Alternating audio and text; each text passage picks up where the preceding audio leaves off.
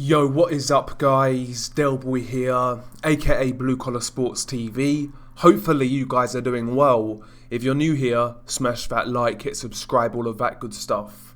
So one of the big topics in heavyweight boxing right now is Anthony Joshua versus Oleksandr Usyk. Now, I want to pose the question to you guys. Do you believe this fight happens next? Do you believe Anthony Joshua fights Oleksandr Usyk or vacates his WBO heavyweight title? I'm very intrigued to hear your predictions below.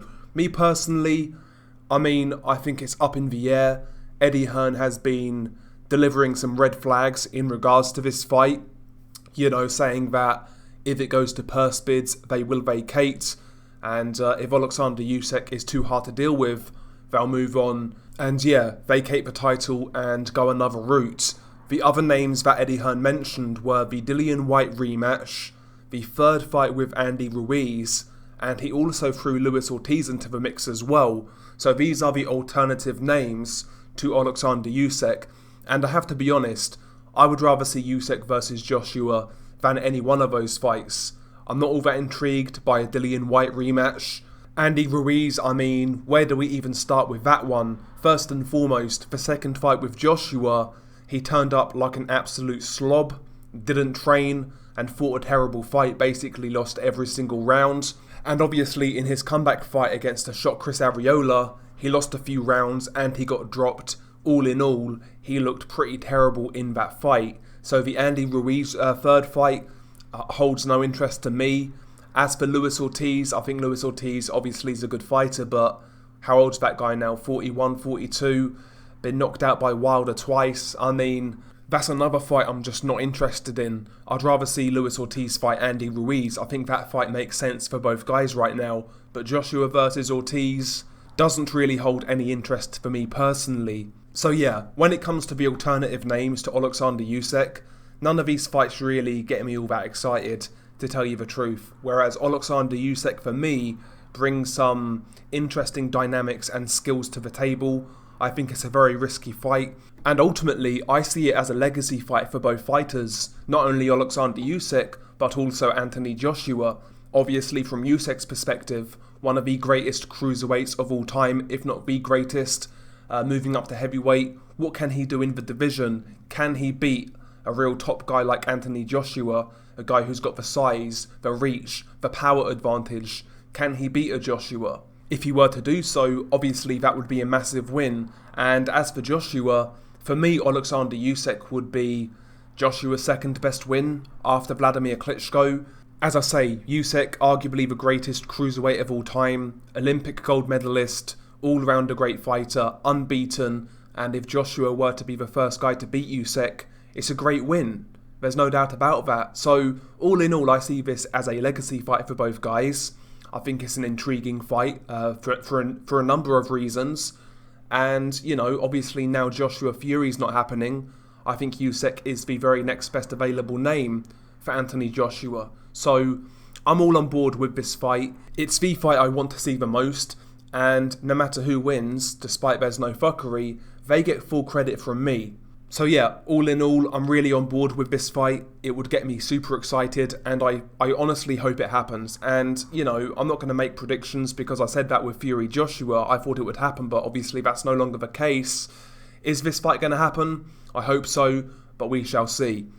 But for whatever reason, I've noticed a lot of Anthony Joshua fans on social media. And when I say fans, I mean fanboys. I'm not talking about the regular Joshua fans who just want to see the best fights.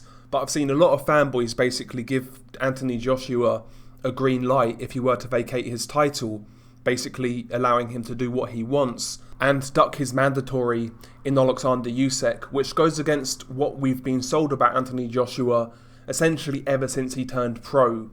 Eddie always goes on about the meeting him and AJ had in their office, in the Matchroom office, and Joshua said to him his goal was to become undisputed champion. He wants to collect all of the belts and be the man.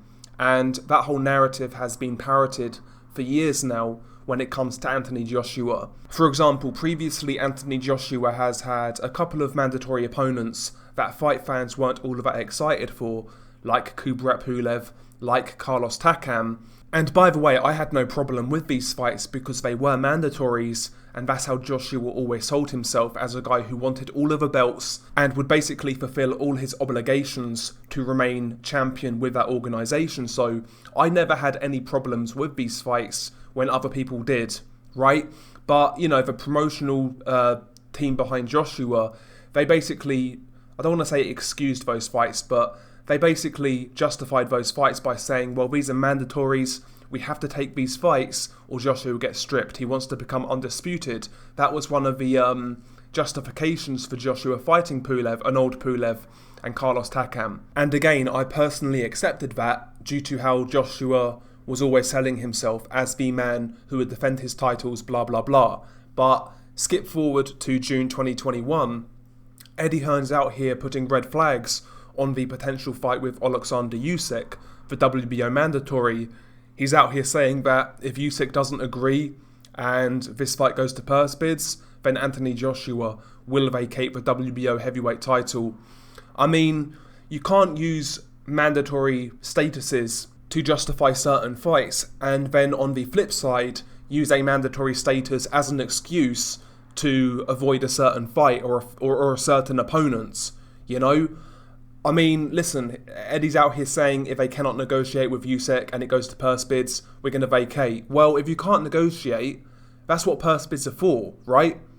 If Usyk doesn't agree to what they offer, it goes to purse bids, and who knows, maybe Oleksandr Usyk is left with even less than what he wanted. But to tell you the truth, for whatever reason, I don't think this is necessarily about money with Oleksandr Usyk. My theory is, it's not about the money per se. Obviously he wants to get paid, but my theory is that it relates to a rematch. Obviously, as a mandatory contender, you have no obligation to sign a rematch clause, unless you agree to it in negotiations prior to a purse bid. If you agree to it then it is what it is, such as Tyson Fury against Klitschko when he agreed to a rematch clause when Glazkov was the IBF mandatory. That's why it never made sense to anybody with half a brain why Tyson Fury and his fanboys were complaining about the IBF stripping him.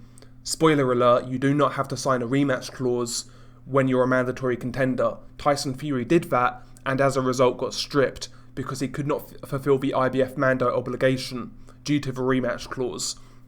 And, you know, I think the rematch clause has something to do with this hold up in the negotiations for Joshua and Usyk. I think Team Joshua, maybe they'll take this fight, but not without that insurance policy of having a rematch clause, especially after the Andy Ruiz Jr. fiasco when he lost to a massive bookies underdog. Thank God they had a rematch clause, right?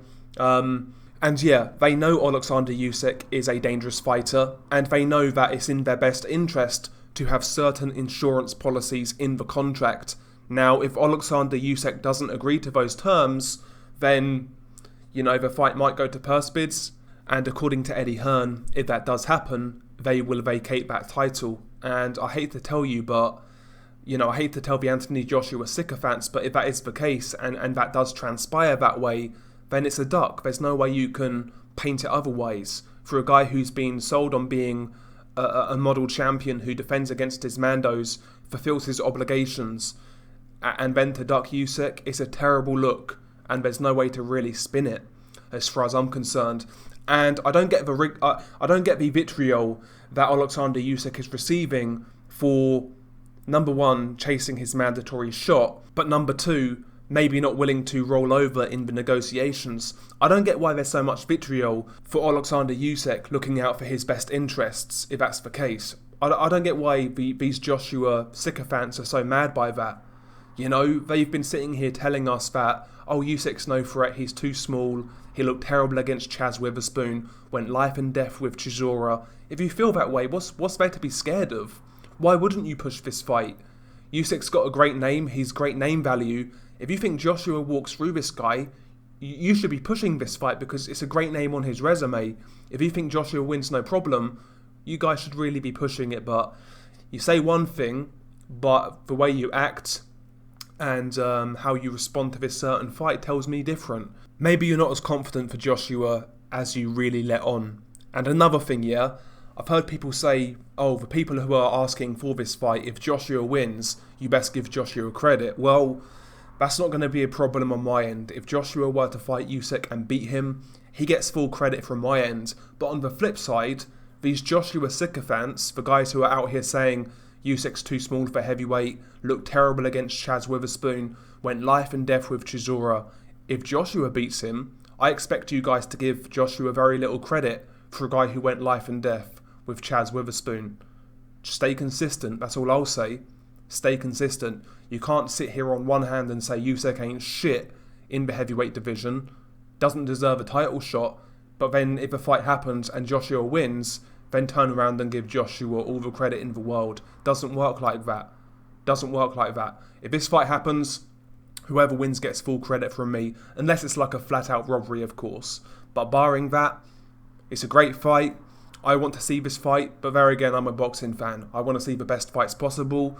And right now, for Anthony Joshua, the best and most intriguing fight possible is, of course, Oleksandr Usyk.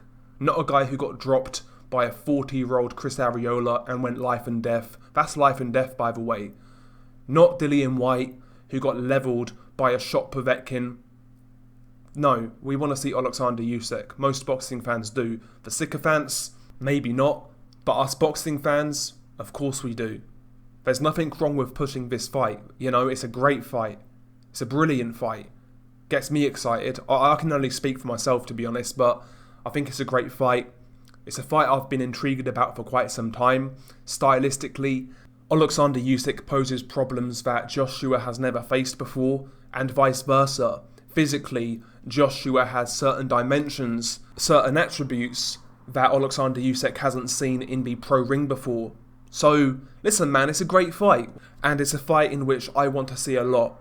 And if it's Joshua who declines me that privilege of seeing this fight, then he gets criticism from me. Just like I did Tyson Fury, when in my opinion, it was his side who fucked up undisputed. He got critique, so it is what it is. I don't get the backlash from these so-called Joshua fans for this fight.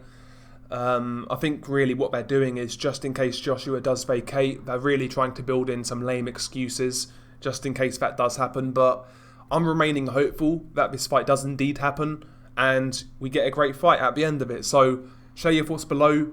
Been your guy Del Boy. Peace.